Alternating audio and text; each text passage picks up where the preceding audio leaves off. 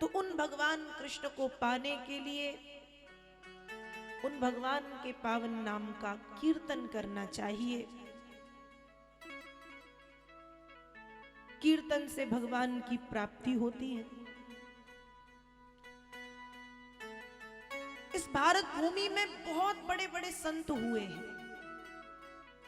आपने नाम सुना होगा, भक्तिमती मीराबाई मेवाड़ में बहू बनकर के आई है मीरा। और जब मीराबाई आई तो मीराबाई ज्यादा से ज्यादा भगवान कृष्ण का कीर्तन करती थी और भगवान कृष्ण को सर्वस्व मानती थी। मीराबाई सिर्फ यही जानती थी कि मेरे तो गिरधर गोपाल दूसरो न कोई, जाके सिर मोर मुकुट मेरो पति सोई। मेरे तो गिरधर गोपाल दूसरो न कोई। मीरा इतना जानती थी। जब मीरा ससुराल आई, खूब भजन करती, दिन रात भजन पूजन में अपना समय बिताती, भगवत भक्ति में अपना समय बिताती। तो मीरा की जो सास थी वो कहती थी, लोग कहे मीरा भई बावरी, सास कहे कुल नासी रे, पग घुंघरू बांध मीरा नाची रे। लोग कहते थे कि बावरी है, पागल है, दिन रात कृष्ण कृष्ण कृष्ण गाती है।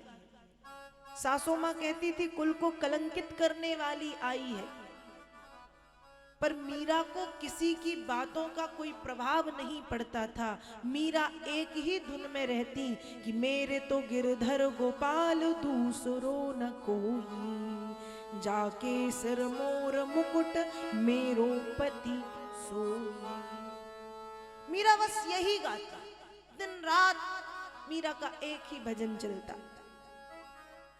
और संतों के मुख से मैंने सुना है कि वही मीराबाई कीर्तन करते करते करते करते जब जीवन का अंतिम समय आया तो साशरीर मीरा द्वारिकाधीश में समा गई।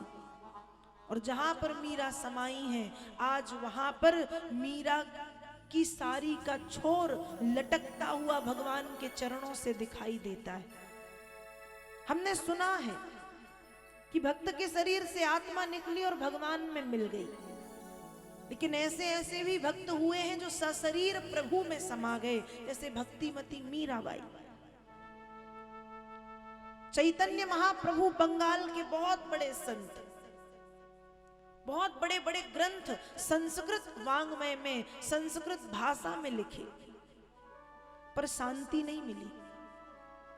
अंत में सारे ग्रंथ यमुना जी में विसर्जित कर दिए, बहा दिए, फेंक दिए और एक महामंत्र का आश्रय लेते हैं, हरे कृष्ण कृष्ण कृष्ण हरे हरे, हरे राम राम राम हरे हरे। बंगाल के प्रसिद्ध संत, और बंगाल बस के नहीं संपूर्ण विश्व में कृष्ण नाम की धारा का प्रचार करने वाले चैतन्य महाप्रभु कीर्तन के द्वारा भगवान को पाया है। राजस्थान की मीरा, बंगाल के चैतन्य महाप्रभु, महाराष्ट्र के संत तुकाराम, संत नामदेव जैसे भक्त जिन्होंने केवल कीर्तन के द्वारा भगवान को प्राप्त किया है। तो भगवान को पाने का जो सबसे सरलतम मार्ग है वो कीर्तन है, कीर्तन। इसलिए हमें कीर्तन करना चाहिए।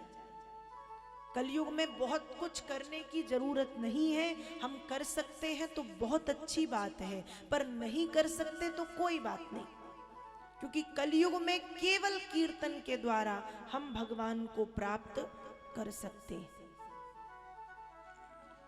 और कीर्तन करना चाहिए। आज कृष्ण नाम का कीर्तन भारत में ही नहीं विदेशों में भी किया जा रहा है। एक बहुत बड़े संत हुए हमारे भारत में, श्रील प्रभुपाद।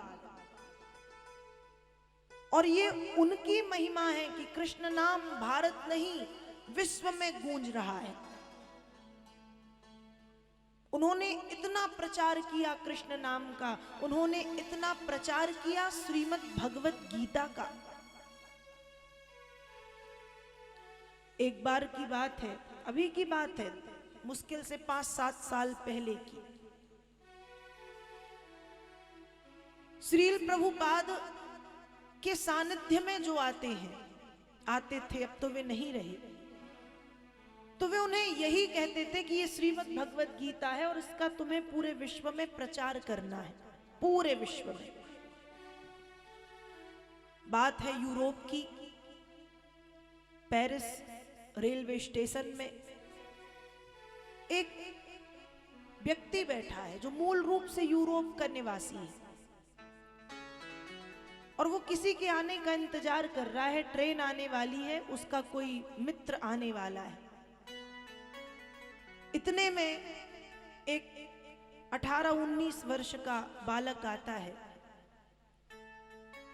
और कहता है कि श्रीमद् भगवत गीता आप ले लो। वो कहता है no, I am not interested this book, मुझे नहीं चाहिए क्योंकि मुझे इसमें कोई रुचि नहीं है। वो फिर कहता है प्लीज टेक इट, प्लीज ले लो। उसने कहा नहीं, मुझे नहीं लेना, तुम जाओ यहां से। वो चला गया, घूम फिर के फिर वहीं आया, उसने फिर मना किया। फिर पता चला कि उसकी ट्रेन 2 घंटे डिले हो गई, लेट हो गई, जो आने वाला है उसकी, जिसका वो इंतजार कर रहा है। तो उसने कहा इंतजार तो करना ही है, एक काम करता हूं, श्रीमद् भगवत गीता ले ही लेता हूं। उसने श्रीमद् भगवत गीता ली और लेकर के पढ़ना शुरू किया। और जब पढ़ना शुरू किया तो पढ़ते पढ़ते पढ़ते पढ़ते 2 घंटे में उसने बहुत कुछ पढ़ा। उस व्यक्ति का नाम था जॉन, जो गीता पढ़ रहा है। थोड़ी देर के बाद, 2 घंटे के बाद जब ट्रेन आई, उसमें से उसका मित्र उतरा और जॉन से पूछता है, हे आर यू जॉन, क्या तुम जॉन हो? तो वो कहता है no, I am not John, John has died before 20 minutes. मैं जॉन नहीं हूं, जो जॉन था वो 20 मिनट पहले मर चुका है। अब मैं केवल और केवल I am only Lord Krishna devotee, मैं केवल और केवल भगवान कृष्ण का एक भक्त हूं, मैं कोई जॉन वॉन नहीं हूं। और वो पेरिस छोड़ करके वृंदावन आ गया, कंठी गले में धारण करके, तिलक धारण करके, दिन रात कृष्ण कृष्ण कृष्ण कृष्ण कृष्ण कृष्ण नाम की धारा में बहने लगा। बहुत पुरानी बात नहीं है ये, 7-8 वर्ष पहले की बात है बस। तो मेरे कहने का मतलब यह है कि इस भारत भूमि में इतने बड़े बड़े संत हुए हैं जिन्होंने भारत में ही नहीं संपूर्ण विश्व में कृष्ण नाम की धारा का ऐसा प्रचार किया, ऐसा प्रचार किया कि भारत तो भारत, भारत के बाहर भी जो भारत के मूल निवासी नहीं है वो भी भगवान श्री कृष्ण के परम भक्त बन बैठे। तो मेरे कहने का तात्पर्य यह है कि जब वो भी कृष्ण नाम के कीर्तन में डूब सकते हैं तो हमें भी इस कृष्ण नाम के कीर्तन में डूबने का प्रयास करना चाहिए। आप लोग बताइए, करना चाहिए या नहीं चाहिए ना? थोड़ा थोड़ा भगवान नाम का कीर्तन हम सभी को नित्य करना चाहिए, क्योंकि कलौ केशव कीर्तनात्, कलयुग में केवल कृष्ण का कीर्तन ही है।